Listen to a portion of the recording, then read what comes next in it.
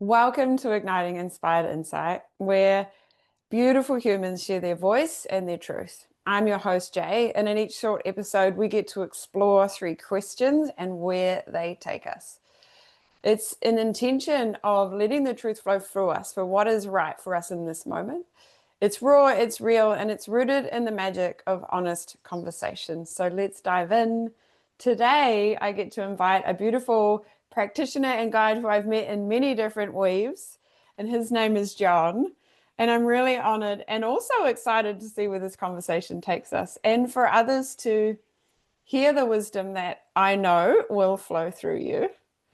So, no pressure. Um, so, I'd like to hand that over to you, as I do with everybody. hmm For those who are listening, who is John? Mm. Well, I guess we'll start with the basics. My name's John Van Huenen, and I was born and raised in the countryside in Auckland, south of Auckland. Uh, but I would say I'm a local to many places. I've lived in Napier and Wellington and Sydney and London, and now down here in Ōtautahi, Christchurch. Uh, I am a trauma-informed breathwork facilitator. So what does that mean? It means that I support people to uh, shift and move emotions and connect to parts of themselves that maybe otherwise were obscured through uh, traumas, I guess we call them, big T, little t traumas, just experiences in life that have kind of shaped our belief systems. So working with those belief systems to um, unlock the truest form of that person. And it's kind of become a bit of a combination of breath work, and Jay and I have been training together in midi, so there's a bit of that, and there's the Reiki and the human design is another thing that I've become completely obsessed with as a projector, and a 1-3 projector, which is all about trial and error and foundational knowledge, and us projectors love to understand systems.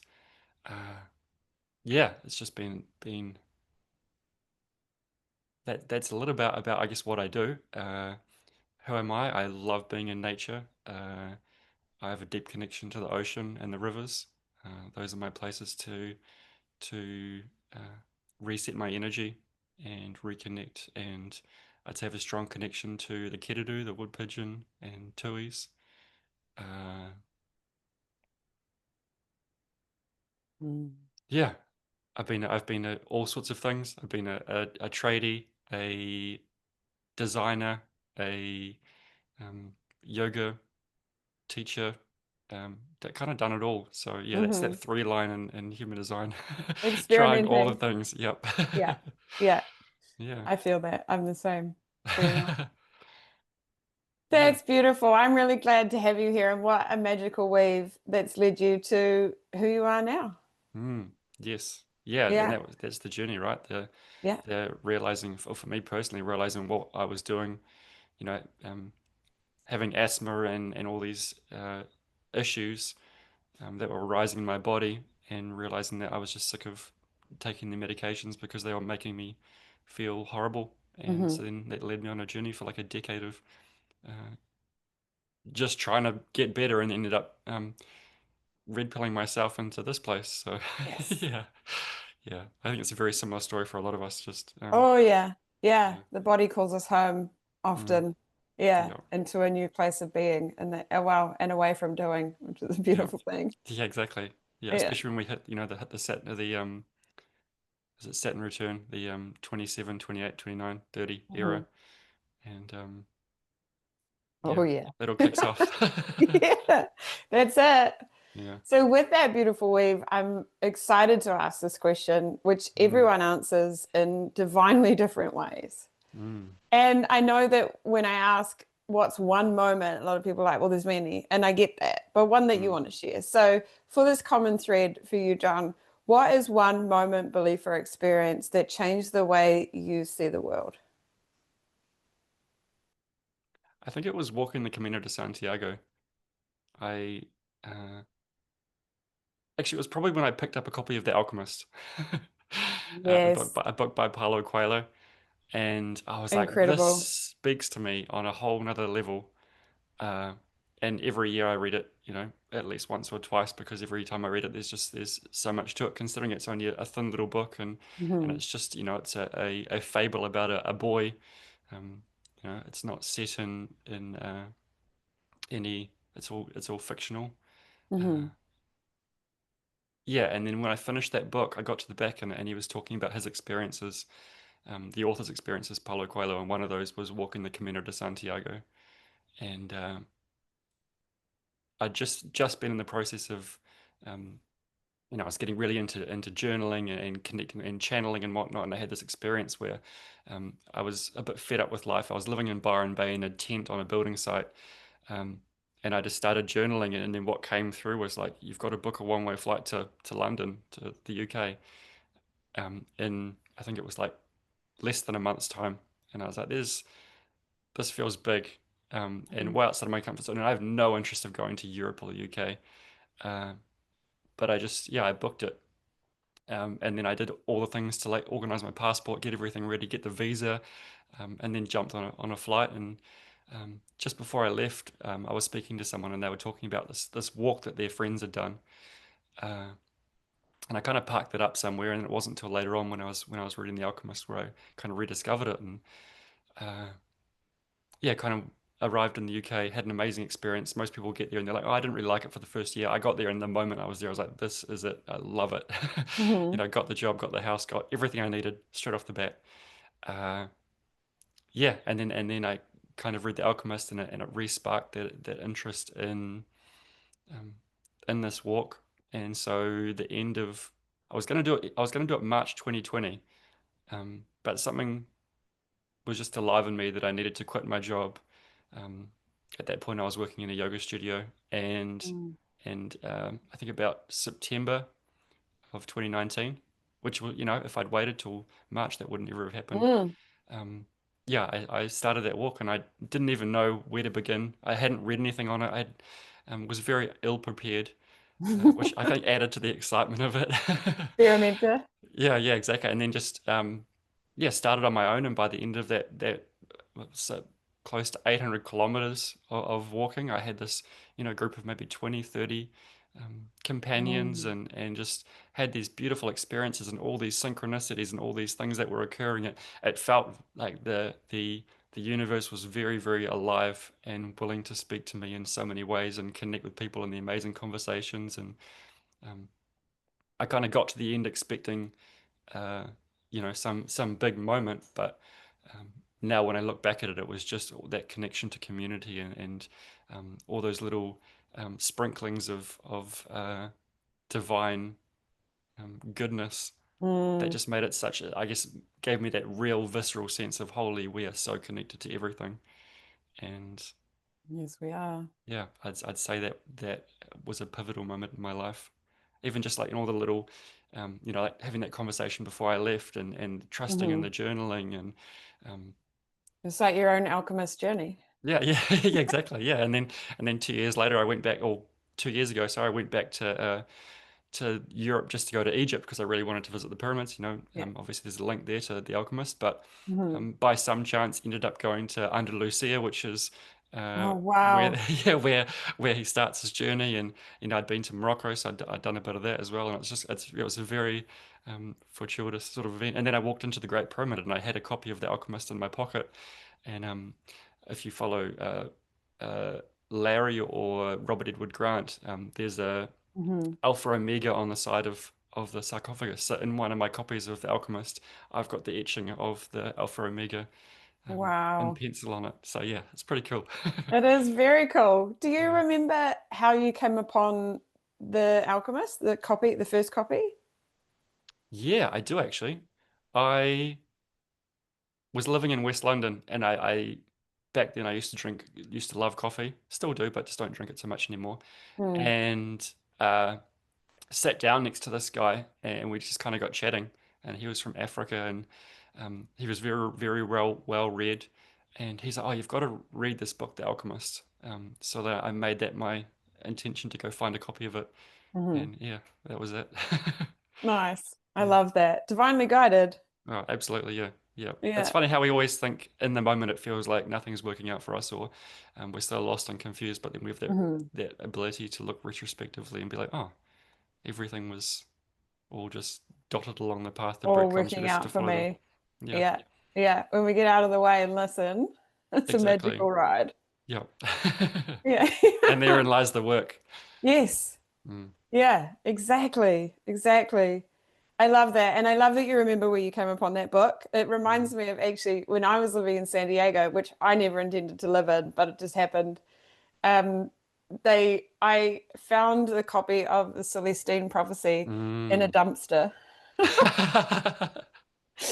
And because that was something we did back then, we would go dumpster diving. But this, to be fair, was a dumpster out the back of a library.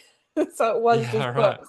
Yeah. And I was just like, there's free books because I was traveling. And I stumbled across that copy. And that book is also something that Mm, really mm-hmm. changed, as well as The Alchemist really changed the way I view the world. So that's kind of what sparked me to ask you, like how you came upon The Yeah, Alchemist. right. Yeah. Yeah. I highly recommend both of those books. Oh, It's yeah, just, the Celestine Prophecy is amazing. Yeah. mhm. Yeah. Yeah, it really is. Mm. Here we are. I get excited about this one. In the second section, which is in the moment. So John has no idea what I'm about to ask him, which I love. So this question for you is, what do you know now that your younger self could never have imagined?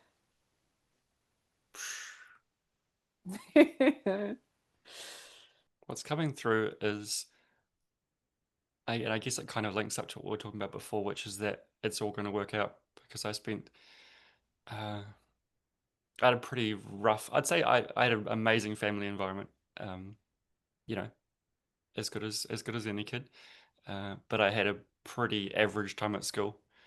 Uh, Both, I never got tested, but I'm pretty sure I'm dyslexic, and was bullied a lot, and uh, yeah, just had a very unpleasant school environment, and always thought there was something wrong with me. That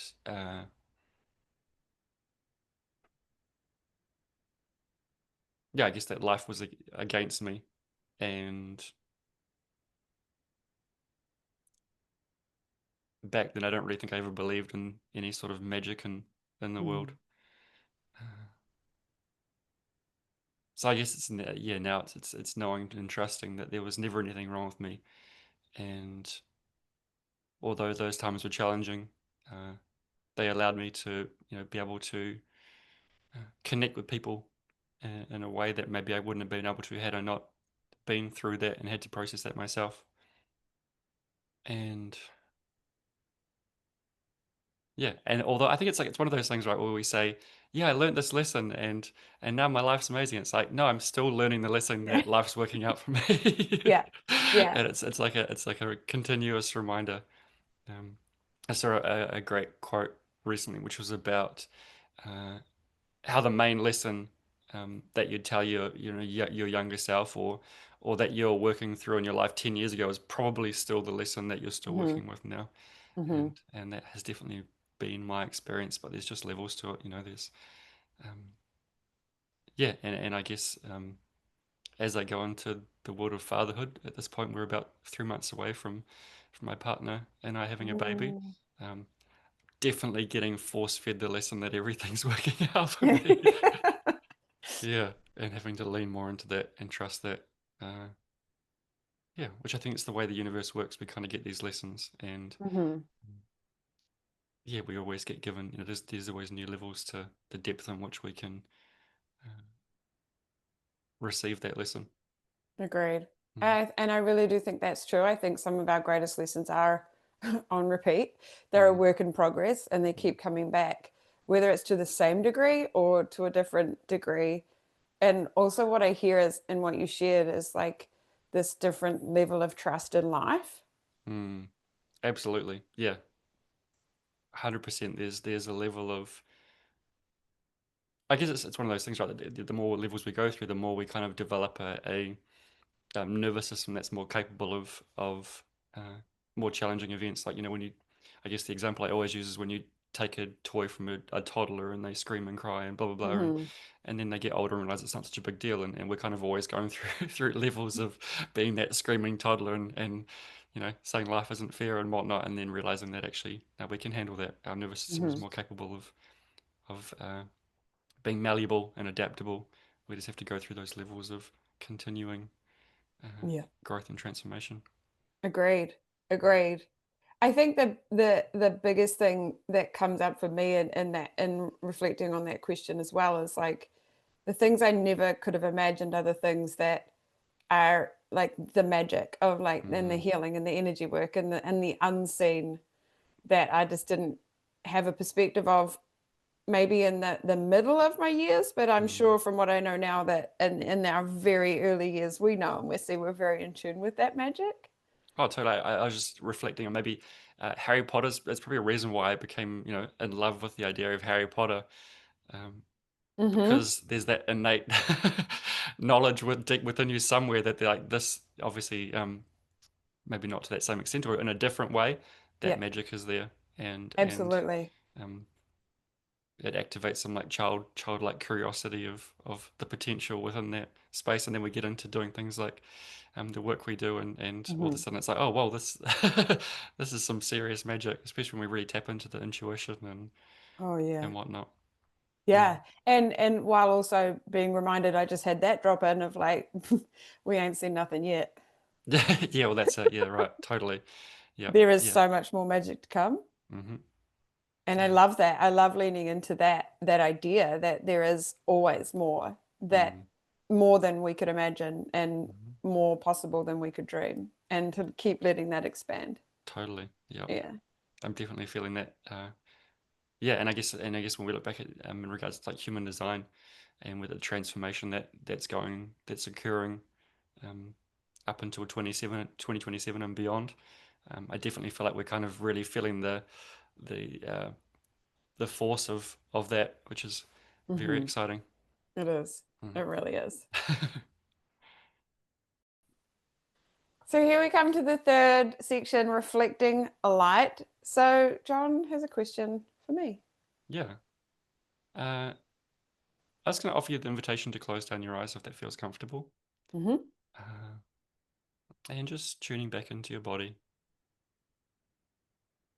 taking a few deep inhales in through the nose, out through the nose. Feeling the expansive energy moving in through your chest, down through the sacral, and releasing on the exhale.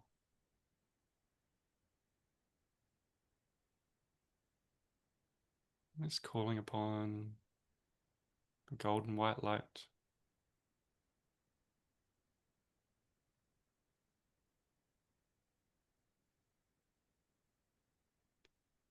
And I'd like to call upon that 70-year-old version of yourself. Maybe they have a certain color, frequency, feeling their warmth,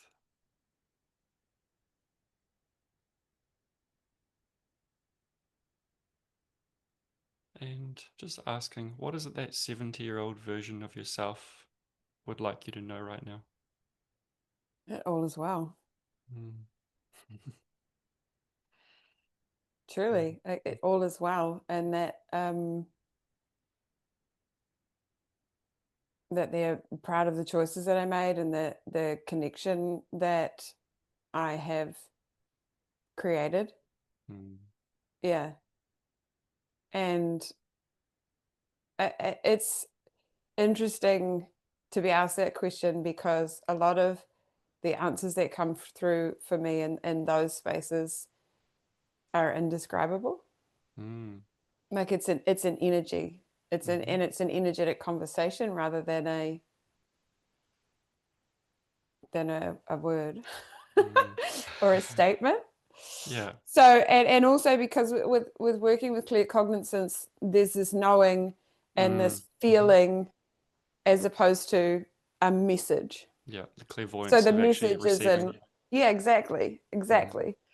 So bringing that into words is probably the greatest challenge, but I feel it and I know it. Yeah. Um, but what do they want me to know? It is something that we've talked about as well as that. Yeah, I can feel it's coming through now, but like that in terms of words. But there's this really solid sense of trust, Mm. and we've spoken to that, like trusting um, in the light of myself, as well as the light that's guiding all of us. Mm. And just really like leaning into that light. And then in my thinking brain, as well as you were like asking, what does a 77-year-old self want to know, was like, we only just got started. and I was and and actually that's what came through as I was saying, is that 70 seems too young, but yes, it was too late after. no, and that's exactly what I was thinking. It was like, he better not be thinking that this is like the end of my days. There was a real sass there, and I Yeah. felt that too. Was like, we're still really Mm. young. Yeah. And Yeah, that was I coming know through that about strong. myself. Is like, I can see that 111 is a target for me, and not just Mhm. because I want to live long, because I want to live well. That's the higher priority, and then to live long, really well, is the Mm. next. Yeah. So I'd rather live well than live long, Mm. which is a beautiful thing. So I love that question, and that inquiry into that energy. There's a piece coming through for me in just this sense of uh, another level of nurture at that age, Mm. like a Mm. a nurture that I don't quite understand right now. Mm. But I feel it's green. It's like nature. It's like it's Mm. this deep connection to what is it? Everything. I'm getting trees and just plants, which is actually where I've landed right now. And just it's Mm. a journey that I'm only beginning, which is like 30 years away. So who knows? Mm. Who knows what will come with that? So trust, I think, is the higher value in the answer to that. And Mhm. just this, I think pride isn't the right word, Mhm. but nurture and gratitude Mhm. for whatever it is I'm going to choose between now and then. Yeah. And that feeling of light. Yeah. Yeah. Have you asked your 70-year-old self that question? Hmm. I think it does just come. It's like that trust. Trust is the word that I Hmm. keep seeing. Trust, joy. Like you haven't experienced joy yet, Hmm. is what's coming through big. Uh, and That's cool. joy will be the ticket home. Yeah. Yeah. Yeah, Yes. and I guess actually you say we'll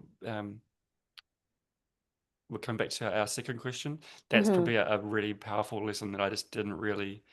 Uh, I spent a lot of time doing inner child work, um, and even recently uh, had some big transformations in that space of just that inner child that just never really.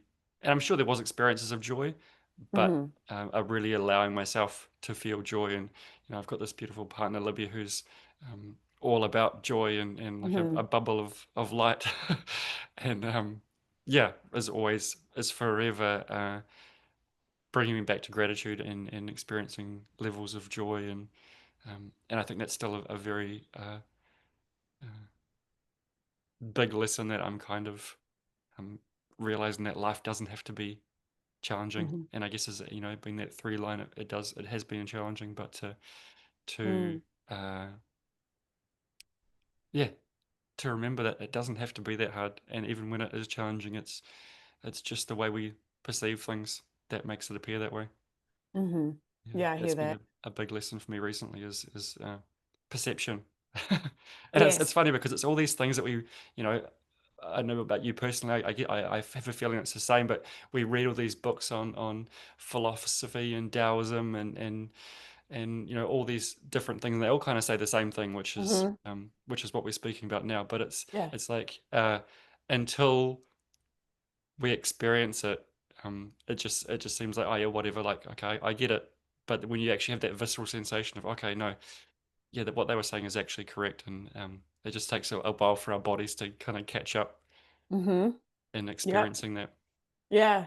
Mhm. And it's actually kind of exciting when you put it in perspective. Like we were talking about what our younger self couldn't have imagined about, Mm. like we were like could never have imagined it. And then like for what I experienced with that connection to the 70-year-old self, it's like there's also a sense of excitement because I can't imagine like, Yeah, right. and there's going to be more that we, as you Mm. mentioned about the joy, like we've experienced that joy to a degree, but there is more. Mm.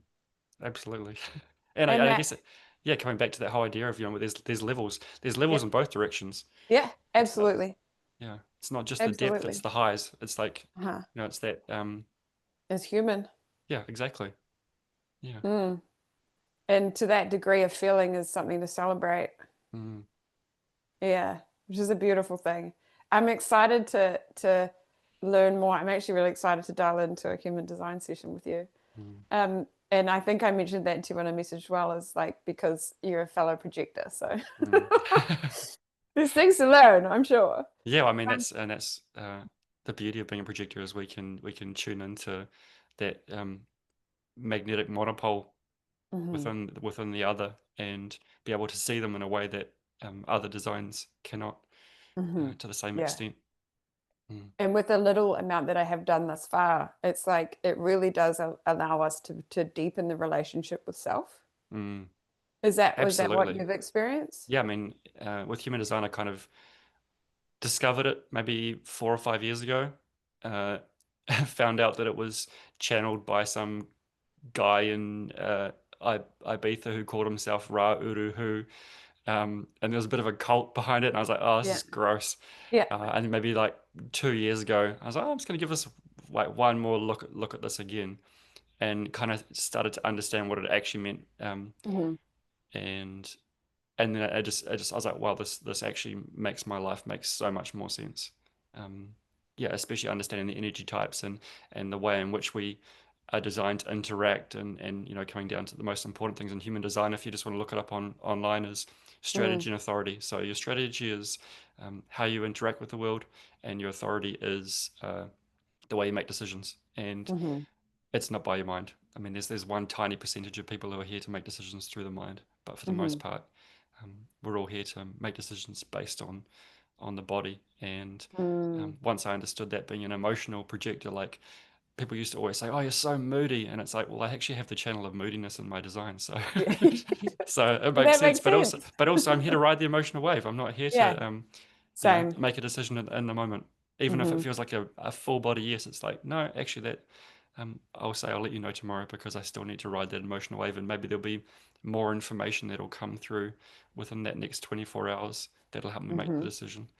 Whereas Yes. there's the splenic and the sacral who are like in the moment, yes or no, Hmm. if it's splenic. Yeah. Yeah, it's a very uh, It's really powerful. And that is mm, actually one of the first things that I got from like dialing into my human design was about that and mm, learning to answer with, I'm not sure yet, but I'll get back to you. mm, yeah, and that in itself is big, right? Because a lot of us Yeah. uh, feel uncomfortable setting that boundary because you're like, oh, but what if that person doesn't come back? And what if they're not Hmm. interested? It's like, well, actually, that means the energy is correct because that Yeah. that invitation was never meant for you. Yes. But Yeah. if you wait that time and then you come back to your yes Hmm. or your no, and the energy is still there, the energy for that person will be even more correct when it comes to your time to Exactly. connect. Yeah. And Mm. I think there's a human part of us that goes, what if we miss the opportunity? However, the opportunity is in that reflection, not necessarily in what would have, could have, should have come from it. Exactly. Totally. Yeah. Yeah. So, Coming like to coming go back to on, like the bigger picture once again. yeah, exactly, Mm. exactly. So this is a natural. I wanted to segue into how people, if they're listening to you and they want to connect with you in your work, like how people Mhm. can do that and what you're offering, I guess, at the moment, but also they may see this podcast at any time. So, Mhm. like, how can they connect with you and what you do? Yeah, so my name is John Van Huenen, which is at John Van Huenen on Instagram. Uh, if that is too much of a mouthful, my website is navigatingbreath.com. And offer one-to-one, in-person and online breathwork sessions. Uh, I also offer a kind of a merging of breath. What I'm coining at the moment is breath therapy, which is a Hmm. 90-minute session where we kind of like a therapy session where we explore what's going on for the person, and then we use the breath as that somatic practice or whatever it may be, whatever tools we need to kind of move that energy within you. So it's not just a case of talking about it. Um, it's about actually embodying it and bringing it back to the physical body. Yeah. Uh, yeah, as I said, would I guess offering MIDI sessions as well, Yes. which is MIDI means to agitate, so it's kind of like a body work session. I mix it with breath work, maybe a little bit of human design or channeling or whatever needs, like whatever tools. It's kind of just bring everything together, That's it. and that's in person. Um if this podcast comes out before the 21st of October, I'm going to do a 11-week group online series. Hmm. Be a small group, like 6 of us, called Interstellar, and that will be using techniques like breath work. We're going to do it in a more titrated way, so every week um, doing shorter journeys, but kind of just in a way of going back to that the origins of, or one of the origins of the breath work, which is rebirthing, which is kind of just skipping back the layers Hmm. across 9 or 10 sessions. And you can find that about that on my socials. I also have a YouTube channel, which is again at Navigating Breath. I'm also on Spotify, Apple Music, yeah, kind of you Sweet. name it. Yeah. All Yeah, over. We can put yeah, lots of those links in the show notes, which would be really cool. And, yeah, cool. if they're listening to this after that, your program started, there may be another like it Yeah, when absolutely. their Yeah, time comes up. yeah, yeah. Well, I mean, we've Yes. got the baby born um, start of January, so maybe there'll be a bit of a gap, Exciting. but yeah, but yeah, Yes. maybe March or April I'll be getting that program again. Yeah. Yeah, Wicked. yeah. There's always a way to weave, right? Oh, absolutely. Yeah, and I think, um, like you say, coming back to uh, where we're at, where we're getting new things coming through all the time. Hmm. These offerings are forever changing. Hmm. Yeah. Oh, and I forgot to mention human design readings as well. Yeah, that's Yes. 45-minute Yes. readings is something that I really enjoy to do, where we just kind of hammer in uh, those most important aspects. Yeah. Beautiful. Yeah. I'm excited for that. I'm going to book myself in. Nice. Cool. I love it. Well, John, I just wanted to thank you so much for sharing yourself today and Mm. for being present to the inquiry and letting Oh, that flow through. thank you so Um, much. I really enjoyed this. This is great fun. yeah, me too. And I was Mm. actually feeling that this morning. I was like, I feel like we might loop back with some people if they want to, because there's always different things you want to say and different places we're at and different things we're learning. And Mm. and just to keep the conversation alive. And that was the motivation for me in starting this, is just really seeing it's one of my favorite things is one-on-one conversations and just seeing Mm. where things come from without needing to know where it's going to go, and just trusting that all Mm. of that will flow through. Like a true projector. Yeah. That's it. That's Yeah, it. Well, we speak to our values and our gifts, and then everything lights up, right? absolutely. Totally. Hmm. Yeah. Yay. So, for everyone that's been listening today, I just really want to say thank you for joining us in whatever which way that shows up. And I hope that what came through may inspire a conversation or a connection or some research, or even to lean into some of the things that we've been sharing, maybe even a book like The Alchemist or Mm. Celestine Prophecy. And to remember that insight lives in everyday moments, to keep Mm. listening, keep asking, and keep igniting your own way. So I want to say thank you, John. Thank you.